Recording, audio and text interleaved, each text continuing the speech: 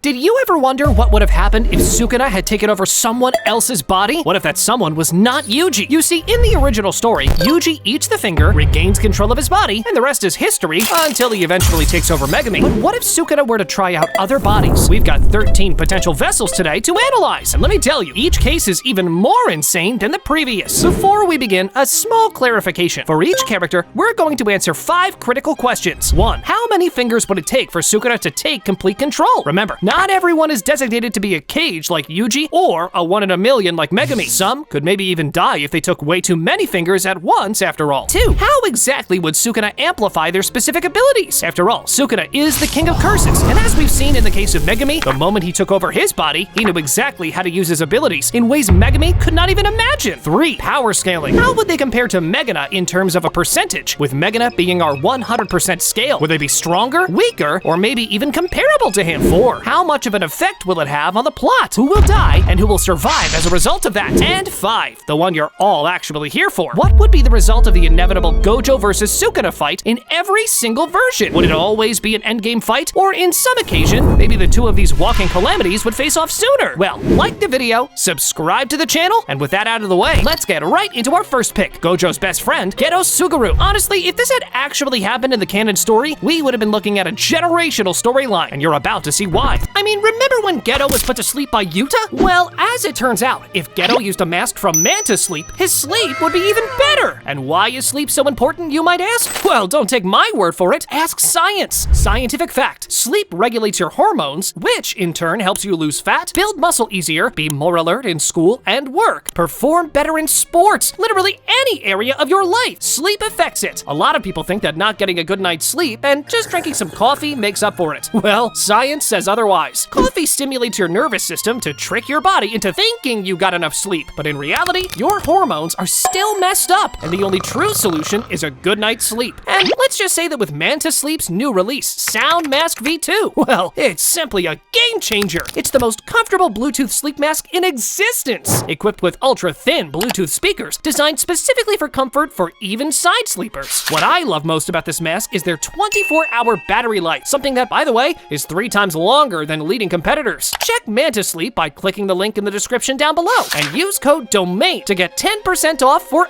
any sleep mask you buy. So, what are you waiting for? Improve your sleep today by buying sleep masks from Manta Sleep. But now, let's get back to our video. First, let's talk about the fingers. We know Geto was Gojo's literal equal before Gojo's awakening, and he had reached special grade status before he went rogue at around the age of 17. This means it would be hard for Sukuna to take over. In fact, you may even be thinking that Geto's cursed spirit manipulation would allow him to potentially absorb Sukuna's fingers. But let me clarify that the fingers are not actually cursed spirits. They are cursed objects. That means Geto can't absorb them. At best, he could have a special grade cursed spirit eat the finger to make it more powerful, but Geto himself can't just swallow them to control them. If he tries, he'll be influenced by the fingers just like any other vessel. And I'd argue that if this happens after the events of the hidden inventory arc, when Geto is at his most vulnerable, it would take about 8 to 10 fingers for Sukuna to take advantage of that mental state and take full control. Keep in mind, no other sorcerer in Jujutsu Kaisen has had a crash out worse than him. I mean, this guy literally killed his own parents simply because they were not sorcerers. So Sukuna will definitely destroy Geto's soul the moment he gets a look at his mind. Next, it's hard to even properly explain just how absolutely broken Sukuna would get with cursed spirit manipulation. If there's one thing everyone can agree on, it's that Sukuna is a massive Jujutsu nerd. The only character who understands Jujutsu to that same extent is Kenjaku, and we all saw how Kenjaku was moving with this exact same technique. Well, Sukuna is stronger than Kenjaku. Plus, we've already seen how broken he was with the 10 shadows. Now, imagine him being able to absorb and use the curse techniques of any number of spirits. This version is easily 115% of Meguna. We're talking about a curse user with incomprehensible versatility, who would most certainly trigger a world war. If special grades are defined by their ability to destroy a nation, Getokuna is a tier or 2 above that. Just think of the attack potency Sukuna can manifest with a maximum Uzumaki infused with his divine flame. Or imagine Sukuna absorbing all the disaster curses, Mahito, Jogo, Hanami, and Dagon. Imagine if Sukuna were Mahito's idol transfiguration. Finally, what about Gojo versus Getokuna? Obviously, there's a massive narrative weight there, with Gojo having to fight his best friend and the king of curses at the same time. And while I imagine Geto's soul would try to fight back from the inside, the tactical advantage is just too high. If Sukuna can use a high-level curse as a medium for domain amplification, or bypass infinity through a specific spirit's curse technique, Gojo loses. After all, just like Sukuna found the perfect win condition with the 10 shadows, he'd do the exact same thing with cursed spirit manipulation. Now, as we go through these vessels, we'll usually assume that Sukuna somehow has all 20 fingers by the time he fights Gojo, but there are going to be exceptions to this as well. And there will also be a special case where we bring in Sukuna's Heian era form, so believe me, you're gonna want to stick around for that. Moving on, the second vessel on our list is Toji Fushiguro. Now, this is where things get interesting. What do you think would happen if someone with 0 cursed energy consumed Sukuna's finger, a special grade cursed object? I'd say we have 2 scenarios here. Scenario A is that the moment Sukuna's soul, which is essentially a mass of cursed energy, tries to enter a body with 0 cursed energy, there's nothing for it to latch onto. Therefore, the energy of the finger is simply extinguished. And to be honest, scenario A is the likely outcome. But let's be a little generous with our reading comprehension of Jujutsu Kaisen's power system for a second and take a look at scenario B. Let's assume Sukuna uses some insane binding vow to bind his consciousness to Toji's heavenly restricted body and avoids being extinguished. What then? Well, Sukuna would immediately lose his shrine. Cursed techniques are expressed through cursed energy, and a body with 0 cursed energy simply cannot use them. That means no cleave or dismantle or divine flame, and also no malevolent shrine. He'd also lose the ability to reinforce himself with cursed energy or use reverse curse technique. Exactly. If Sukuna inhabits Toji's body, he loses his technique, and even though he gains Toji's superhuman stats and perception abilities, it's a massive nerf, because even at his peak, Toji is still multiple tiers below Sukuna. Sukuna would simply be a more experienced version of Toji. So if we compare this Tojikuna to Meguna, we're looking at only about 40% of Meguna's power. That 40% is carried entirely by Sukuna's exceptional battle IQ, not to mention cursed weapons like Sukuna's own Kamutake. And naturally, if this Tojikuna fights Gojo, he gets destroyed. A 16-year-old awakened Gojo was already above Prime Toji, so Prime Gojo against that same body, even with Sukuna's brain, wouldn't be a problem. And remember, the same logic applies to Maki. The only real difference here is the timeline. Tojikuna would enter the chat while Gojo was 16, whereas Maki-kuna would be a factor during the culling games. But in both cases, the King of Curses is without his crown. Next up at number 3, we have the ultimate wild card of the narrative, Fumihiko Takaba, the comedian. Now, taking over Takaba would actually be surprisingly simple. Even after just 1 finger, Sukuna could use his profound genius and manipulative nature to convince Takaba that it'd be mad funny if he just faded away into the background. He'd sell Takaba on the idea that the punchline is for Sukuna to switch places with him. And because Takaba's soul is so earnest like that, he'd literally just let it happen. Because I mean, let's be real, it truly would be mad funny. Once that's done, we get a version of Sukuna who can use the comedian technique. This is a literal apocalyptic scenario for the Jujutsu Kaisen world. The comedian technique makes anything the user finds funny become a reality. So just imagine Sukuna's dark sense of humor manifesting in real time. And this really makes me wonder, what exactly does Sukuna find funny? We already know he finds Yuji's suffering hilarious, but what else? Come on, chat, let me know in the comments. What do you think Sukuna's search history looks like, huh? When it comes to power scaling, we're ranking this at 150% of Meguna. Now, why so high? Because it allows Sukuna to manipulate reality itself. Now, you may be thinking, wait, isn't the technique only broken because Takaba doesn't know how it works? Well, here's the loophole. Sukuna knowing how the technique works would be irrelevant because Takaba, the actual owner of the technique, would still be in the dark. As for the plot, this transfer would most likely go down during the culling games. Imagine Takaba finding a finger, eating it on a whim, and Sukuna performing a soul transfer just like he did with Megami. The culling games would immediately become the cleaving games. We would see Sukuna's dark humor in all its glory, while the sorcerers and also the incoming US military would be absolutely mortified. And finally, the matchup we've all been waiting for, Gojo versus Takuna. How do you think that's gonna go? Well, the narrator explicitly stated in the manga that the comedian technique can oppose even Satoru Gojo. This makes it the only technique besides the 10 shadows to be canonically confirmed as a direct counter to Gojo's Limitless and the 6 Eyes. And so, just like Sukuna found a win condition with the world-cutting slash, he'd find a way to use comedian to exploit a conceptual loophole in Gojo's defense. And I'd say he wins. But what if we check someone whose only words are sushi ingredients? Next is Toge Inumaki as our 4th vessel. Now, while Toge is clearly impressive in his own right, it's also obvious that his spirit could be easily overwhelmed by just a couple of Sukuna's fingers. He'd resist, sure, but I'd say about 3 fingers would be enough for Sukuna's violent soul to take over. Plus, as Sukuna consumes more fingers, Inumaki himself would fade into the background of the body. And this is where it gets scary. Inumaki's technique, Cursed Speech, is a double-edged sword, but Sukuna has the largest cursed energy reserves of any character we know. Add that with his reverse curse technique, and he could essentially spam Cursed Speech without worrying about the rebound sound or any damage to his throat. The aura Sukuna would farm with this technique is just insane. We already know he can make people freeze in place out of pure fear, but imagine if everything he said became literal. He'd become a walking disaster. When it comes to power scaling, we're ranking Inukuna at 94% of Meguna's strength. While it's not quite as fundamentally broken as the 10 Shadows or Cursed Spirit Manipulation, Sukuna's top-tier energy reserves mean this would work on everyone, including Yuta, whose reserves are even greater than Gojo's. In terms of the plot, Sukuna would most likely have the higher-ups twerking for him non-stop with his cursed speech. But what about the big question? Can Inukuna win against Gojo? The answer, unfortunately for Sukuna fans, is no. Cursed speech can be countered by reinforcing one's ears with cursed energy. Because Gojo has the 6 eyes, he'd be able to do this with perfect efficiency and effectively neutralize the technique. However, keep in mind, only Gojo would be able to counter Inukuna's speech so easily. Next up at number 5, we have Panda. Now, Panda is an abrupt mutated cursed corpse, and this is another highly complicated scenario. You have to remember, Panda is a composite being with 3 distinct souls: his own Panda soul, his gorilla brother, and his Triceratops sister, all residing in separate cores. So for Sukuna to truly take over Panda as a vessel, each of those 3 cores would have to consume a finger. That is incredibly unlikely, because even if one finger takes over a core, the other 2 personalities would still be intact, and they definitely won't be stupid enough to eat the remaining fingers. But just for the sake of our experiment, let's say they do all eat a finger. Then what? What exactly does Sukuna gain? Well, he gets access to the 3 modes, but that's mostly just a boost to physical stats rather than an actual curse technique. Next, let's look at the power scaling. If we compare Panduna to Meguna, I'm putting him at just 20%. Now, hold on, you may be thinking, wait, that's even lower than Tojikuna? Does Sukuna really get that much weaker? Well, the answer is yes. You see, Panda's cores are self-sustaining souls bound within an artificial construct. They might be able to handle one special great cursed object each at best, but any more than that would most definitely cause Panda to short circuit. That means at his peak, Panduna would only be about as strong as a 3-finger Sukuna. Sure, he'd still be a very creative fighter, and he'd definitely show us some interesting moves. He may even figure out the secret to how Yaga creates these self-sustaining cores. But there's no amount of creativity that can bridge a 17-finger power gap. At this level, Jujutsu sorcerers would be able to handle him without needing Gojo, Yuta, or Yuki. And when it comes to Gojo versus Panduna, it'd just be a grown-ass rich man bullying a poor, wholesome panda. But speaking of bullies, let's talk about Naoya next. First, let's look at the takeover. Honestly, Naoya is so submissive when it comes to men he deems strong, like Gojo and Toji, that even one finger may be enough for him to voluntarily give up control. Yes, Naoya, who was obsessed with Toji, would 100% worship Sukuna. Also, once Sukuna looks at Naoya's memories and realizes what kind of man he's dealing with, he'll have no problem psychologically neutralizing Naoya's soul. Once the takeover is complete, Sukuna gains access to projection sorcery. Just like the 10 Shadows, this is an inherited technique of the Zenin clan. It traces movement at 24 frames per second and traps anyone who fails to follow those rules inside a frame for 1 second. Now, think about the technical application here. Sukuna's slashes are already invisible, so imagine if he starts framing his cleave and dismantle within the 24 frame per second rule. Plus, if he touches you and you don't follow the exact trajectory he set up, you're frozen for a full second. When it comes to Sukuna, that 1 second might as well be an eternity. He could kill you in 100 different ways. We're ranking Naokuna at 90% of Meguna's strength. The reason it's not higher is the same reason Naobito chose Megumi as the heir over his own son. The 10 Shadows is the only technique that historically rivals the 6 Eyes because of Maharaga's adaptation. Projection sorcery is an incredible speed kill technique, but it lacks that versatility and the ultimate win condition of the 10 Shadows. In terms of the plot, this would likely go down a year or 2 before the main story starts, right around the time when Naoya is actively bullying Maki. Sukuna would take over and would most likely dismantle the entire Zenin clan the moment he catches them acting too traditional in front of him. But what about the main event, Gojo versus Naokuna? While this would be a high-speed spectacle, Naokuna wouldn't be nearly as much of a problem as Meguna was. There are 2 main reasons for this. First, Gojo's 6 Eyes would be able to perceive the 24 frame per second movement and predict the trajectories with ease. Second, to affect someone with projection sorcery, you have to make physical contact to initiate the rule. Since Sukuna can't touch Gojo through the infinity barrier, he can't freeze him. Ultimately, Gojo would win this fight with a well-placed hollow purple. Next up, the 7th vessel on our list is Kugisaki Nobara. What do you think? How many fingers is it gonna take? We know Nobara has an incredibly strong will. She isn't the type to just let herself be influenced by anyone, but willpower only goes so far when you're being overwhelmed by pure, malicious, cursed energy. 1 finger is already a special grade level of power, so how much can someone like Nobara actually handle? Just like Inumaki, I'd say the 3rd finger would be her limit. Once she's under, we got Nobakuna, and now he has access to the straw doll technique, and the implications are crazy. If Sukuna gets so much as a single hair hair or a drop of blood from a sorcerer, he can use resonance to send a cleave directly to their soul from anywhere. It's essentially the only technique that has a 0 counter once it's active. If Sukuna gets a piece of you, it's game over. But I'm only gonna rank this version at 85% of Megana. On paper, it's phenomenal. I mean, imagine if Sukuna could actually get a piece of Gojo. But as far as the actual plot goes, Gojo would hunt him down before that could happen, and that would never happen. You see, the only reason Nobara's resonance was so powerful against Sukuna in the canon story was because she used a direct medium, his own finger. There's no equivalent for Gojo. In fact, Sukuna wouldn't even be able to get something as simple as a stray hair or a fingernail because of the infinity barrier. And knowing Sukuna, he wouldn't bother trying that hiding and poking playstyle anyway. So while he'd definitely play around with resonance to cause chaos, it just wouldn't be relevant in a 1v1 against Gojo. Ultimately, Nobakuna would lose that fight. But what if we use a vessel with inhumane intelligence, the highest in all anime universes? We're moving on to our 8th vessel, and we've got the man with the 530,000 IQ, Aoi Todo. Now, Todo's my brother ideology makes his sense of self unshakable, and unlike Yuji in Shibuya or Megami during the Culling Games, Todo doesn't really have mental cracks for Sukuna to exploit. So, how many fingers are we talking here? Well, we'd have to look at the precedent. Yuji was literally designed to be a cage from birth, and Megami is implied to be that 1 in a million sorcerer chance who managed to weaken a 15-finger Sukuna even after he was overwhelmed with the fact that someone else had incarnated in his sister's body. That's not normal human behavior, even for someone like Geto, who became a special grade as a student. I estimate 8 to 10 fingers. But unlike Geto, Todo doesn't have a complex political ideology that Sukuna can twist or manipulate. This means Sukuna has to win through a war of attrition by overwhelming Todo with raw cursed energy. Since Todo is a grade 1 and not a special grade, his capacity has a ceiling that is easy to outdo, and we saw what happened when Jogo force-fed Yuji 10 fingers at once. So I'd argue that if Todo is forced to handle 8 to 10 fingers, his mental defenses will also be overloaded, and once that happens, we'll have Todokuna. Now imagine the tactical genius of Sukuna applied to a technique like Boogie Woogie that swaps positions. Sukuna may even be able to land cleave during the instant where he swaps his target with someone or something else. The cleave would manifest on the target the moment the spatial transition completes. Overall, we've already seen how much potential Boogie Woogie has. Todo, even after losing an actual arm, was able to evolve the technique using a Vibra Slap to swap 50 times in a single second. Now, consider Sukuna's true Heian era form with 4 arms. Imagine the sheer rhythm and creativity he could achieve with an extra pair of arms. And speaking of Heian era Sukuna, let me just clarify something important. So far, we haven't been focusing on the true form Heian era Sukuna for these versions, as the main benchmark is Megana. However, it's hard to understate how much of an advantage those extra arms and that extra mouth provide. If the 6 eyes take your efficiency to its absolute maximum, having a second pair of arms and a second mouth allows you to go beyond the maximum. You can maintain constant hand signs and chants to buff your output, while your other hands are busy using the actual technique. Plus, Boogie Woogie is the perfect support ability for a 4-armed sorcerer. So I'd say, while base Todokuna will be at 93% of Megana, Heian era Sukuna in Todo's body would be 103% of Megana. With 4 hands to work with and a technique like Boogie Woogie, his fighting style would become impossible to comprehend. His cursed energy control, his raw output, and his physical stats are already peak, but the ability to swap positions at will would allow him to take a full advantage of his attributes while fighting in a way that cannot be understood. As for the plot, this takeover would happen during the night parade of 100 demons, and the main fight with Gojo would happen after Geto's death. Now, if it's just the standard vessel version, Gojo wins. Infinity is just too big of a hurdle. It's hard to swap yourself into space that you can't technically penetrate or reach with your own energy. But the true Heian era version already has a legitimate implied chance at defeating Gojo, even without an extra technique. Think about it. Heian Sukuna can potentially cast his domain while simultaneously neutralizing Gojo's infinity with domain amplification using his spare hands. Gojo would obviously fight differently to compensate, but if you throw in Boogie Woogie while Sukuna is neutralizing the infinity with his domain amplification, Sukuna's win conditions expand, and he'd win. Now, moving on, let's talk about our 9th vessel, Kento Nanami. And let me just point out, Nanami is arguably the most existentially defeated sorcerer in the entire manga. He's a man who found Jujutsu work so draining that he actually left it for the soulless corporate world. The only reason he returned was out of a pure sense of duty. So, just imagine what happens when multiple special grade objects enter a body that's already that weary.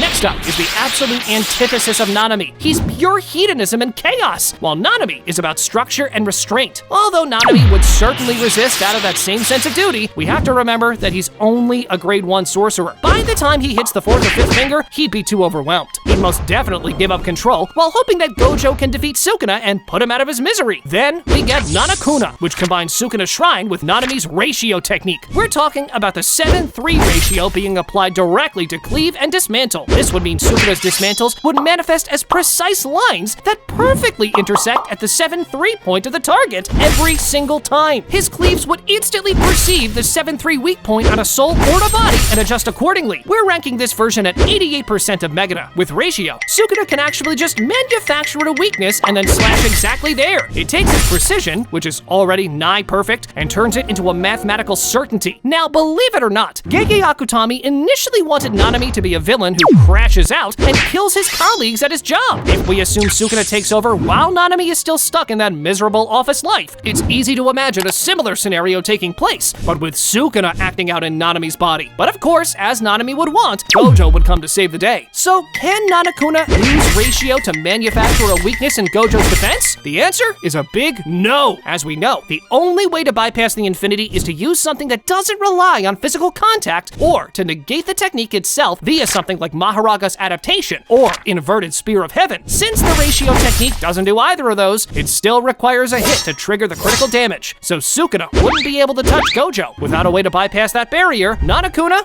loses. Alright, after Nanami, it's time for the vessel I'm sure you've all been waiting for. At number 10, we have Yuta Okkotsu. Imagine if Yuta had stumbled upon a Sukuna finger during his early isolationist days, back when he was fully intent on taking his own life. Sukuna would have effectively hit the jackpot. At that point of the story, Yuta had zero will to live and absolutely no understanding of cursed energy. While Yuta's massive raw energy pool might instinctively push back at first, Sukuna is a predator. He would prey on Yuta's emotional fragility and his codependent connection to Rika to mentally dismantle him from the inside out. I'd say 1 or 2 fingers would be more than enough to break Yuta. Once the takeover is complete, Sukuna gains access to the copy technique. Now, would Rika even comply? I mean, she's not even a Shikigami yet. She's a special grade vengeful cursed spirit. Yes, she would most definitely attack Sukuna's soul, but this would give Sukuna the opportunity to extinguish Rika as a curse and turn her into his own fully optimized Shikigami. Sukuna is a master con artist and the ultimate binding vow merchant. He would find a dozen different loopholes to make Rika just as useful to him as she was to Yuta. Just like Yuta, he would turn her into his permanent external battery and storage unit for copy techniques. Speaking of the power scale, we're ranking Yukina at 120% of Megana. Think about the math here. Sukuna already has twice the cursed energy reserves of Yuta. Now add Rika's external storage on top of that, plus the ability to copy any technique. All the glazing Yuta's potential has ever received from the power scaling community would finally be justified. When it comes to the plot, Yukina would go on a crusade to hunt down sorcerers, specifically to XP farm their techniques. Because as we've established, Sukuna is a massive jujutsu nerd. He'd have a blast copying your technique and then using it against you better than you ever could. And finally, the matchup. Gojo versus Yukina, and Yukina wins. He would ass-pull his way into extending the 5-minute connection limit with Rika. I can already hear the narrator saying something like, "In order to bypass the 5-minute limit, the king simply ignored it and moved on." So between his own cursed energy reserves, Rika, the copy technique, as well as the fact he could also potentially copy Megumi's 10 Shadows, or Angel's technique, Extinguishment, or any other counter to infinity, Gojo's gonna lose. He can't defeat a Sukuna who also has Prime Yuta's theoretical powers. Next up, we have the eldest of the death paintings, Choso, as our 11th pick. This vessel is so